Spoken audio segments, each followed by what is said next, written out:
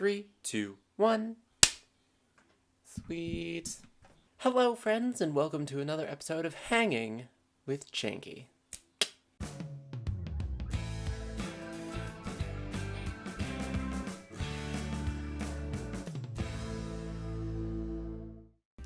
A-do-do, a-do-do-do, a-do-do.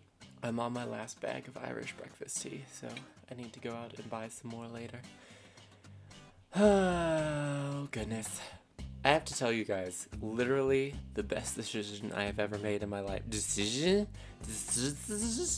Literally the best decision I have ever made is subscribing to gaming news on Reddit. That has made my life and finding interesting gaming news so much easier. Reddit. Such a good site. Alright, let's get started, because we got the channel talk, and the subs, and the gaming news. What? Word. So, let's talk about what got up on the channel this week. We had some Pit People 4 with Joe, where we did the story. Yes? That's what that one was? Yes. We explored the narrative of Pit People, which is absolutely ridiculous. Then we did some Raft 3. Yes, because Raft updated recently, so we checked out the fun new water and all the sweet new buildables, like tables and chairs. And do they have a purpose? No, but they make the raft look nicer, so that's something. Then we had Rains Down Players 3, where we finally got our 10 ideas, and then a mob of children. It was ridiculous. We'll see how that works out next time. Then we had some Ultimate Chicken Horse with Emmy, which is this competitive racing building platformer with cute farm animals and death traps. It's magical. It's magical. Definitely go check that out. Then we had The Witcher 29, which was shortish, yes. We got Dandelion's loot, and we talked to Thaler, and we did some stuff. And I tried to keep it short because last week was ridiculously long, but definitely go check that out. Then we had Demo Day Slow Drive, about a sloth trying to get home, possibly to IKEA. Who knows? Who knows? It's a fun game though. It's a fun game. Then I swap over to the other side of the screen to talk about what's coming up on the channel. You'll notice that I keep moving the position of my mic in just about every Hanging with Janky, trying to find what the optimal position is for this recording. Still haven't found it yet. So here's what's coming up on the channel next week. We have Pit People number 6, where Joe and I continue to be Pit People. We get back to General Custard and complete our mission against the Redcoats. It's actually very fun. It's very awesome. Definitely go check that out. We recorded at like 3 in the morning, and we were both very tired, and lots of weird conversations happened. Then, in honor of Guts and Glory coming to Steam Early Access next week on the 16th, I have a second episode of the Guts and Glory beta to put out, and I will be putting out a lot more Guts and Glory after the Early Access releases, because I have access to that as a Kickstarter backer, and that game makes for some really fun, nice, short videos. So, I will be releasing another Guts and Glory next week, and then more Guts and Glory to come. We also have Night in the Woods, The Lost Constellation, because Night in the Woods will be coming out soon, on the 21st. So, in honor of that, I will be releasing the second, how do I want to put it? It's not a demo exactly. The second mini-compatible game with the series, right? I played The Longest Night a couple weeks back. Now I'm playing The Lost Constellation, because that's the other one to play before you actually play Night in the Woods. So I will be playing that. It'll be sweet. That'll be releasing. Also, maybe some For Honor, because For Honor's this weekend. I have been loving up on that. We'll talk about that later. But I may release a couple For Honor videos or one For Honor video just so you guys get like a sense of the gameplay, because it's really fun. So you should definitely go check that out. I don't know what that was. And then, to round out the week, we just kind of have some other stuff. I have some Let's Plays that I need to record. It's been a while since I've gotten to Hack and Slash. I should record some more Rains Down Players. And of course, there will be more coming up in the future with Guts and Glory and Night in the Woods coming out. So I need to keep up on those. And then there will be a demo day. I don't know what it will be this week, but I know it will be great, so word. I know I don't seem super energetic today. That's because, just because I slept most of the day today. It's been a very tiring week. Okay, so it's time to thank some subs. Let's thank some of the sweet people who subscribed to the channel this week because you guys deserve some thanks. We're giving it to you right now. So first up, we have Hollywood, who has 198 subscribers. She is super cool. She is currently living in Japan on assignment with her husband, but she was like, yo, I should play some video games while I'm here, which is awesome. So she's been just playing a whole bunch of Overwatch and other things. Definitely go check her out. She's super cool, and thank you, Hollywood, for subbing my channel. Next up, we have Moon's Let's Plays with 69 subscribers. Lots of good stuff. Creativerse, Shadowverse, also some clicker heroes, amongst other things. Definitely go check them out. They seem super cool, and thank you, Moon's Let's Plays, for subbing my channel. And finally, we have Player with Power with 287 subscribers. Player with Power is actually currently live streaming Mario Kart, but also has lots of Nintendo games, older games, you know, Super Mario Bros. 3, Sega Mega Drive, all that good stuff. Definitely go check him out, and thank you so much, Player with Power, for subbing my channel. And that's all the subs we have for this week. So we are currently up to 185 subscribers on the channel. Y'all are just beautiful, amazing human beings. Don't ever forget that. You are wonderful and amazing, and you can do anything you want in life because you can. And I believe in you. And thank you so much for liking my content and watching it and enjoying it. I'm so glad that you do. I hope you continue to enjoy it in the future, and thank you so much. Alright, now that that's all out of the way, let's move on to some gaming news. There's so much to talk about. I don't know. First up, we have the news that E3 will be open to the public this year. So, E3, right? Big convention that they have every year out in Los Angeles. All the AAA publishers come together and they're like, this is what we're releasing this year. And usually it's only for like media people. Sometimes I know YouTubers go. I know that Jesse and TB went. Influencers really in the gaming community. But now they're just kind of like, you know what? If you want to come along. Come along on our magic little journey with us. Honestly, last year I just watched E3 through Twitch because it was free and I could watch everything that was happening with E3 there. So I guess I don't understand the point exactly of going to E3 if I could just watch it on the internet.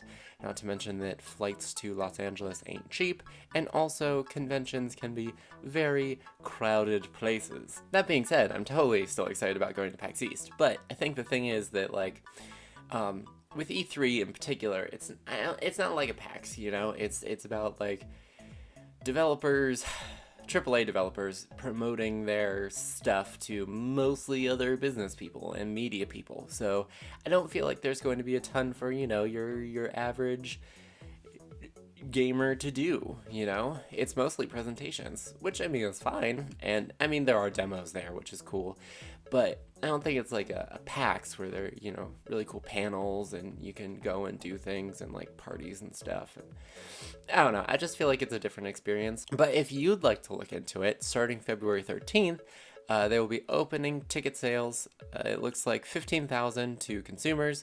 The first 1,000 will be $149 each, with everything after that being $249. So if you really want to go to E3, you can check that out on Monday. Rocket League is getting Hot Wheels. What? So this sounded awesome. Rocket League, of course, really popular game. It's like soccer with cars, right? They are partnering with Mattel to bring some Hot Wheels cars into the mix, which is awesome because Hot Wheels are amazing. Crisscross Crash, man. Did you ever have a Crisscross Crash? Oh my gosh, it was so much fun. You would set it up, it had like the turbochargers, and the cars would go flying around the loop, and then they would crash and go all over the place. Also, do you guys remember the Hot Wheels racing game that was like for the PC early on? Oh my gosh, it was so much fun. So much fun, so I'm excited. Like, this may sell me on Rocket League. I haven't really played Rocket League up to this point. I might get Rocket League just so I can play with Hot Wheels cars. I was very excited to hear about this, and I wanted to share my excitement with you because I feel like that's pretty awesome. Hot Wheels. Rocket League. Kicking it together. The For Honor open beta this weekend. Let's talk about it. Okay, so obviously I mentioned this last weekend, and as I'm saying this, I realize that by the time I put this out on Sunday, there's a good chance that the For Honor beta is already closed. But if it is still open and you still have some time and maybe some good internet so you can download it pretty fast, I totally suggest trying it out. Do it. Do it. Do it. Do it. Here's why. Here's the thing about For Honor. It reminds me of, like, Street Fighter in a way. That's probably a bad analogy, but it's like each character has like their skill set, right? And they have this series of combos, and whenever you learn how to use those combos and like those block breakers and your parries and your special moves and all that, I mean, you can wreck some fools. You can wreck some fools. But the reason I say it's like Street Fighter is because it's the same thing with Street Fighter, right? You know, you have to learn your combos, you have to know what your moves are, you have to know how to counter things. So in that respect, in terms of like the 1v1 duels that you have to sort of like get involved in the middle of this game, I feel like there's a lot of aspects of like fighting games in those, which is really cool because then whenever you master those combos, you feel amazing. For those of you who are already trying For Honor, I have no trouble telling you, I am a peacekeeper. I am an assassin with these two awesome short swords that I just wreck fools with because I can cause bleed damage. Yeah, so you don't even know what's hitting you. You're just bleeding all over the place. You think you got me? You have low health? I make you bleed? Doesn't kill you? 5 seconds later it will. Bleed damage. What? Bleed damage. Woot, woot, woot, woot. Anyway, I've been playing a lot with Joe and Theo. It's been amazing. We've been having a grand old time. I have been disconnecting a little, but that's just because of my internet. But mostly it's been super fun. I'm really looking forward to the game coming out. I don't know if I'll actually have it on release because $60 is a lot and I don't have that just lying around. But I'm excited. I'm really excited to see more of this game and maybe hopefully get it at some point in the magical hazy future. In the misty haze that is the future. At some point I'll probably get the game. But no, it's cool. Yeah, it's cool. For Honor! I don't know what that was. Valve is announcing that they are making 3, count them 3, full VR games. So Gabe Newell, president of Valve, he stepped forward the other day and he was just like, yo, let me tell you something. We're making 3 VR games, but not just like experimental VR games. Nah, we're not just like figuring out VR. No, we are making 3 full VR games. What? Basically, the idea behind this is that he just kind of came forward and said that, you know, VR, you're looking for something that you can't get on a computer. Because if you make the VR game something that you can have on the computer, then it's just gimmicky, you know? You can play it on a keyboard, but if you want, you can also have it as a VR experience. So apparently, whatever Vive is cooking up here, what they did reveal is that it will be like something very VR focused, something very VR experienced. So that will be interesting. Here's what I'm hoping. Half-Life 3, Portal 3, Team Fortress 3. I think that Valve has just waited for VR to complete their Trinity of Trinities, which is how it should be, because they need to finish them. Valve, do it. 3 games. Half-Life, Portal, Team Fortress. Do it. Do it. And speaking of Valve and also Steam, interesting news for the week, Steam Greenlight is being dropped in favor of Steam Direct. So, of course, those of you who use Steam have probably heard about Steam Greenlight at some point. Some of the demos that I played for Demo Day were Steam Greenlights. They were either already greenlit or they were on Steam Greenlight. But if you're not familiar, basically the idea is you would have these games, right, from developers, and they would pay a one-time $100 fee to the Valve Corporation, and then they would be able to release as many games as they wanted into Steam Greenlight. And it was basically a popularity contest. These small indie studios, they would have people vote on their game, and after they got so many votes, they would be clear to actually be published on the platform. So, I mean, it was cool, but, you know, it had its problems. the biggest issue with the Steam Greenlight system was that you had like trolls who would vote hundreds of times on like a really crap game, and then that crap game would be released, and then it would just be out there in the world. It would just be like these series of bad games that were just like on Steam because they got Steam Greenlit. Because, you know, the people behind them voted for them hundreds of times over or whatever, and then you kind of ended up with this library of like games that no one really wanted to play. I mean, yeah, Steam released a ton of games over the past year, and a lot of them were just like, they weren't great. So basically the idea behind the new Steam Direct system is it kind of streamlines that process. It's no longer voting. You no longer vote on a game. It's no longer, as they put it, a popularity contest.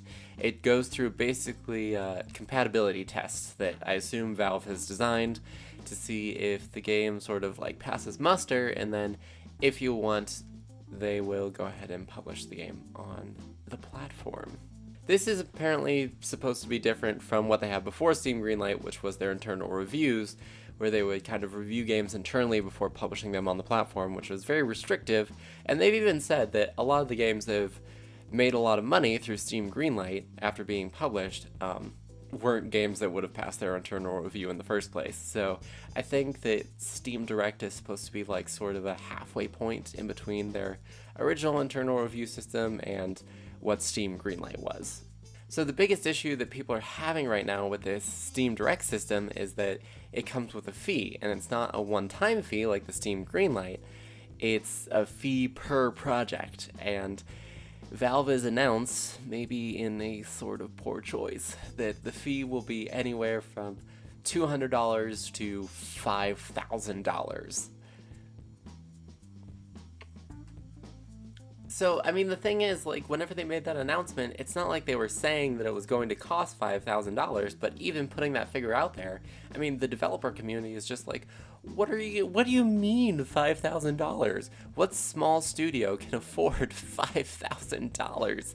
That's so ridiculous. And so there are a lot of indie developers who have kind of taken to Twitter, and they're just like, what is this? This is insanity. $5,000? How are we supposed to, like, pay for this? This is ridiculous. And again, it's not that they're saying that it's going to be $5,000, but that's sort of like a figure that they just kind of dumped out there, which was silly. But yeah, that's sort of like the big to-do about Steam Direct is like, what is this fee going to be, Steam? And like, how are indie developers going to pay for it? Because to be honest, if it's that much, it's going to be really hard for them to even break even on their games. But that's sort of what's going on with Steam Direct. So we'll see how it works out. I think it will definitely, hopefully, reduce the amount of like games that through Steam Greenlight were just sort of like voted up because a whole bunch of like bots voted them up or anything like that. But we'll see if the new system weeds out all of those ridiculous games, and hopefully there won't be like a ridiculous number of games added to Steam this year. But we'll see. Anyway, for more information on Steam Direct and the dropping of Steam Greenlight, you can of course check out the articles below, as always. And Steam Greenlight sounds like it will be dropped in spring to be replaced with Steam Direct, so we'll wait and see. We'll wait and see how that works out. And that is all the gaming news I have for this week. So I hope you guys enjoyed another week, another hanging with Janky with me, Janky Shenanigans. I certainly did, but if you did, you can leave a like down below. Comments, positive or negative, anything you want to say about the news stories, of course, feel free to leave that below too. And more than that, I hope you have a lovely day, evening, or whenever you happen to be watching. Thank you so much for watching, and until the next time, this is Janky Shenanigans, signing out. Hey friends, hope you liked the video. If you did, you can find more of my content in the links off to the left here. And if you really like my content, you can become part of the year of 1,000 subs here on the channel and use that button down below to subscribe. But more than that, I hope you have a lovely day, and I hope to see you in the next video.